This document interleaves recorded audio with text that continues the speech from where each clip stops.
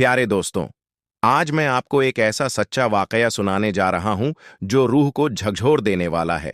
ये कहानी एक हाफिजा लड़की की है जिसने पूरा कुरान याद किया, लेकिन एक छोटी सी भूल ने उसकी जिंदगी के बाद की राहें भी मुश्किल बना दी।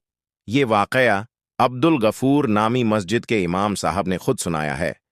वो कहते हैं कि एक दिन मस्जिद में असर की नमाज के बाद जैसे ही आराम के लिए बैठे, एक नौजवान आदमी भागता हुआ आया, चेहरे पर गम के बादल और आंखों में आंसू। मौलवी साहब, मेरी बीवी अब इस दुनिया में नहीं रही, जनाजा पढ़ा दीजिए। इमाम साहब चौंक गए। वो लड़की हाफिजा थी, दीनदार थी, सिर्फ 25 साल की उम्र में दुनिया से चली गई थी। 2 छोटे छोटे बच्चे पीछे रह गए थे। जनाजे की तैयारी हुई। नमाज मगरिब के बाद सब लोग जनाजागाह पहुंचे। जब मैयत को कब्र में उतारा जाने लगा, तभी कुछ अजीब और खौफनाक होने लगा। कब्र के अंदर से अजीब आवाजें आने लगीं। सांप बिच्छू मानो पहले से वहां मौजूद थे। जैसे ही मैयत नीचे रखने की कोशिश होती, कोई न कोई डरावना मंजर सामने आ जाता। लोग घबरा गए।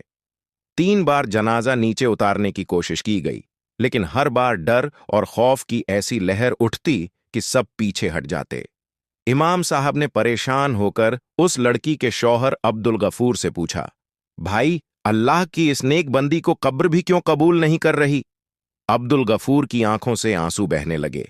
उसने कांपती आवाज में कहा, मौलवी साहब, मेरी बीवी ने एक गलती की थी जो उसे आज तक माफ नहीं हुई। फिर उसने एक किस्सा सुनाया जो सबके दिलों को चीर गया।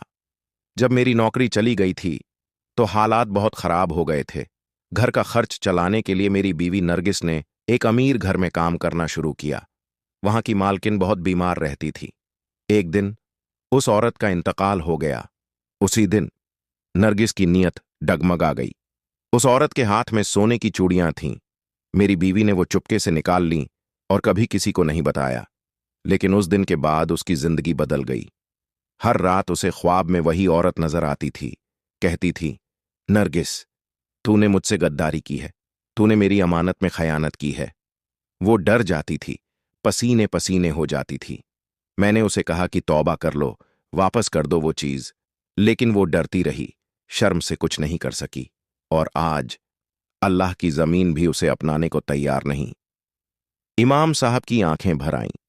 उन्होंने सब लोगों को सबक देने वाले लहजे में कहा, दोस्तों, ये वाकया हमें ये सिखाता है कि अल्लाह के हुक्मों की नाफरमानी चाहे कितनी भी छुपकर की जाए, उससे बचा नहीं जा सकता। एक छोटी सी चीज, सोने की चूड़ियां, लेकिन उसमें खयानत थी, और वही खता उसकी रूह को कब्र तक सुकून न दे सकी। इससे हमें यह सबक मिलता है, सबक की कोई भी अमानत हो, बड़ी या छोटी, उसमें खयानत मत करो।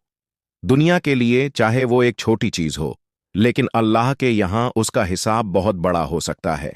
अगर ये कहानी आपके दिल को छू गई हो तो इसे दूसरों तक जरूर पहुंचाइए।